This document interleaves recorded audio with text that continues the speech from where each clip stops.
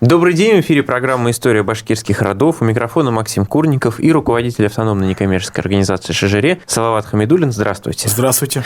Сегодня мы поговорим про род Катай. Давайте, наверное, сразу начнем без прелюдий, потому что говорить нам придется много, и нам надо все успеть. В двух словах о географическом, так сказать, факторе.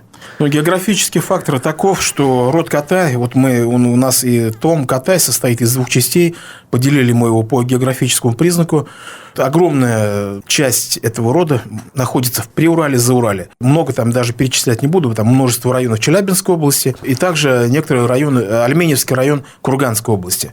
Вот. Здесь, в Приурале, на западной стороне Урала, это, получается, у них, они населяют практически весь Белорецкий район, и Балакатайский район. Там немножко они есть, в Кигинском, немножко. Два основных, так сказать, района. Видите, у нас даже в нашей топонимии это отразилось. Белокатайский район, это не Белый Катай, а Балакатай. Бала – это ребенок, то есть это как раз вот этот улус катайский, он разделялся на несколько частей. Балакатай, то есть Малый Катай, Улу-Катай – это большой. Это в Заурале. Это челябинские, катайцы, Инзер-Катай, то есть, которые живут по реке Инзер, это как раз, получается, они проживают на территории Белорецкого района. И небольшая часть, несколько деревень катайских традиционно, это было, выезжали на запад на службу казанским ханам еще в XVI веке, и несколько деревень катайских осталось как раз на территории Западной Башкирии, в частности, в Бакалинском районе. Расскажем о названии Катай, да, то есть это в общем-то, этот термин? Это очень важно, это даже повлияло на наши географические представления. Китай, страна, огромный Китай. Не секрет, что китайцы сами себя же китайцами не называют. У них там масса названий, и потом, опять же, Китай – это же не народ какой-то, это же огромный субконтинент с огромным населением, в котором там сотни народов. И южные китайцы, не понимают северных. Там внутри, огромное количество диалектов. Где-то я вычитал, что сейчас принят у них язык китайский официальный, на котором вещает телевидение и радио, что его не понимает, 60% китайцев вообще его не понимают. Такой диалектный коиней был сделан. Я уже не говорю о том, что там в Гонконге так говорят, в Пекине по-другому. Но не говоря уже о том, что там и тюркское население тоже есть, те же это, уйгуры, например. Нет, я их не имею в виду. Это тоже важно, да, и плюс еще есть Тибет, понятно. Да. В общем, это очень большое, сложное образование. Да, я как раз... Не такое монолитное, как нам представляется. Естественно. А я говорю сейчас конкретно о китайцах, что внутри там даже нету ничего такого. И они себя называют гожень, то есть человек государства, человек срединного государства, или они в себе придумали совсем недавно название Хань, да, то есть по названию династии, которая правила в Китае, там наиболее такая великая династия была, Хань считается чисто такая китайская, такая патриотическая династия, она была выбрана, может быть, в качестве названия, но ведь как называют на Западе Китай, называют Чайна, да, там, откуда название Чайна, допустим, взято то, что сейчас в английском языке. Здесь в нашей книге все это разбирается. Все-таки более древнее название, которое проникло на Запад, это Чайна, да, сначала Чин. То есть дело в том, что где-то в III веке до нашей эры в Китае правила династия Цинь, и тогда, как раз Иран впервые, так скажем, установил отношения с представителями династии, так как в персидском языке нету буквы Цинь, у них это вошло как чин, и все, просто как чин вошло. Потом уже из персидского языка во все западные языки пошло чин или син. Сейчас мы же китаеведение называем синология, да? Или син, или чин. И, соответственно, пошло это, все распространилось на Западе. В английском это приобрело форму чайна. В России почему? В России тюркские и славянские народы, они единственные, кто называет Китай Китаем. Мы подходим уже, собственно, к истории этого племени. Дело в том, что в IX веке нашей эры племя Катай, которое, это было монгольское племя, даже говорят монгольско-маньчжурское племя, они жили на территории современной Южной Маньчжурии. Если представить территорию Китая, это как раз такой северо-восточный уголок Китая, они там жили, и они завоевали Китай, это было очень воинственное племя, завоевали Китай, и, как всегда в истории Китая было, окружающие тюркские народы всегда Китай называли по названию того племени, которое в определенный момент, скажем, правило Китаем.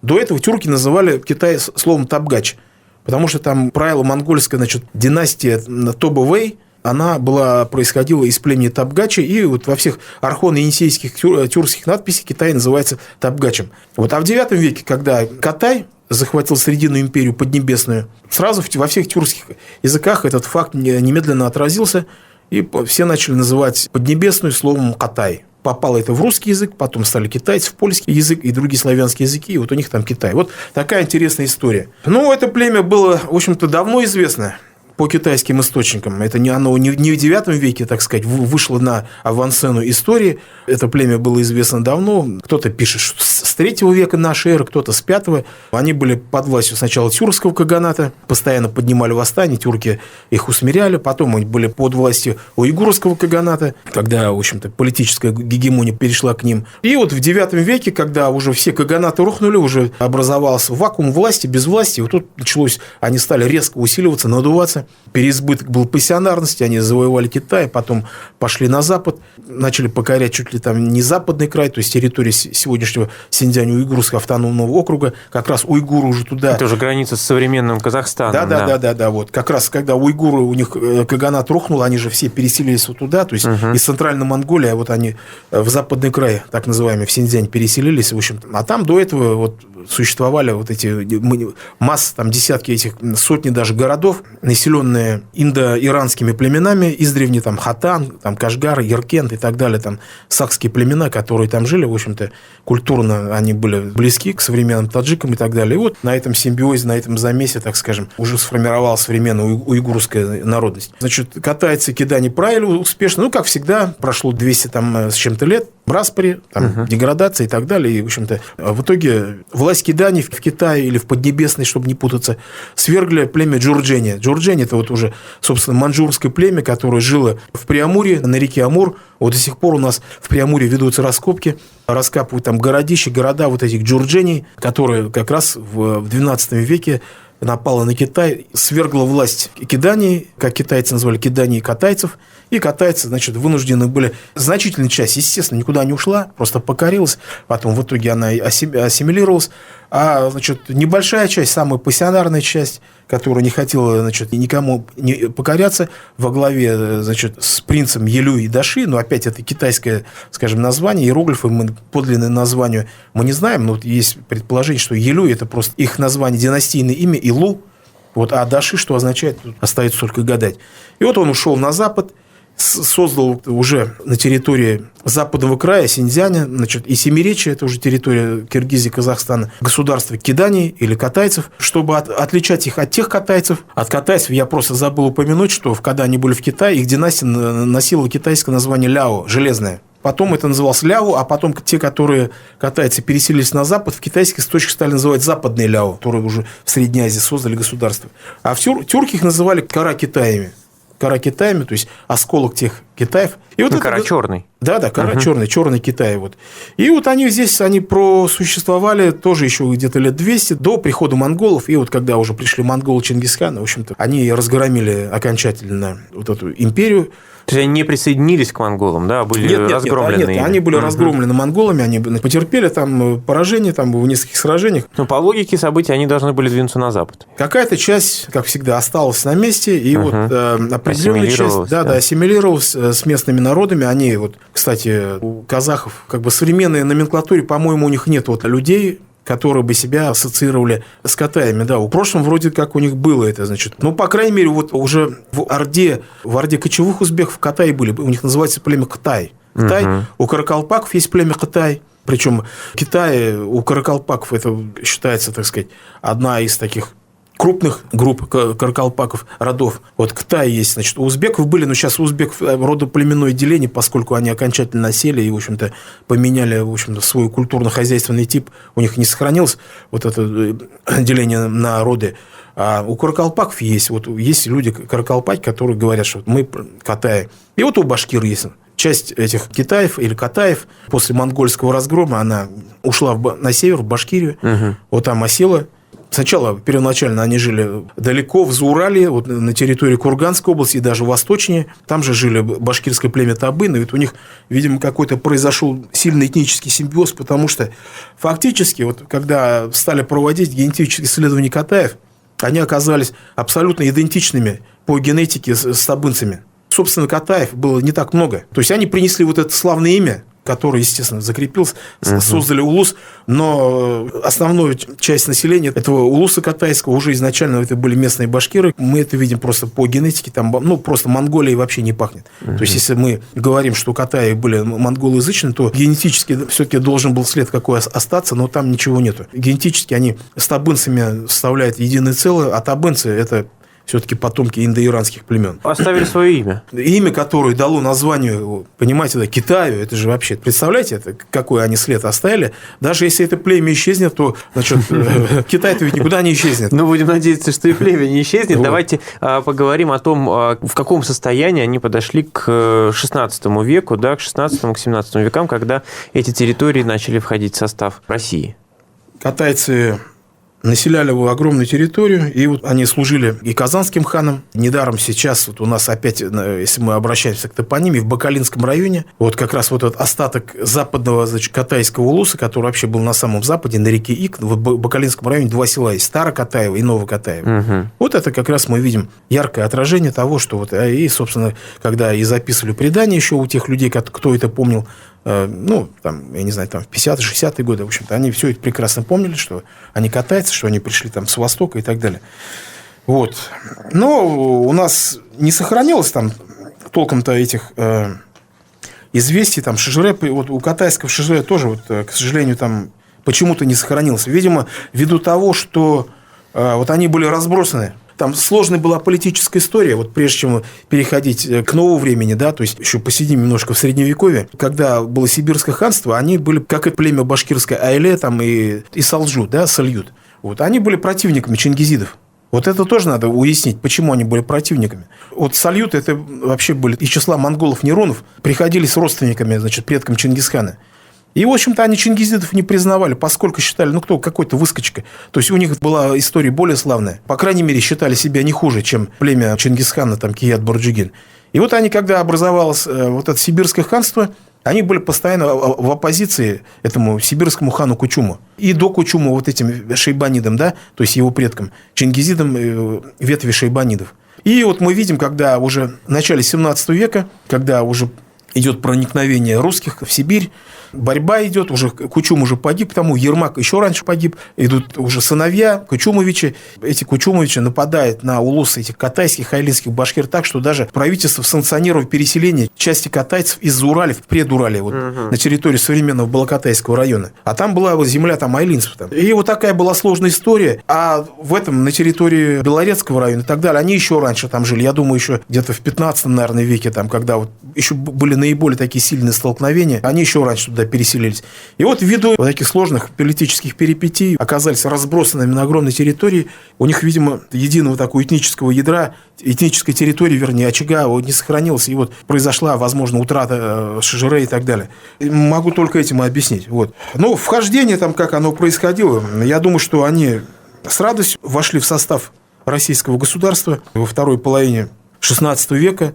Потом местами происходила даже реставрация этих Кучумовичей, чингизидов, и как в Башкирии вот этих во время восстания. Ну, там уже, так сказать, они уже вели себя, в общем, просто как уже и весь народ, в общем-то, ничем не выделялись. То есть, участвуя в восстаниях и так далее. Надо признать, что восстания, они тоже на пустом месте не возникали. Там были и злоупотребления воевод и так далее, все, что вызывало недовольство местного населения. Правильно ли я понимаю, что, ну, хотя бы даже территориально, как раз род Катай, он сразу вошел в ту Башкирию, которая создавалась еще в 17 году?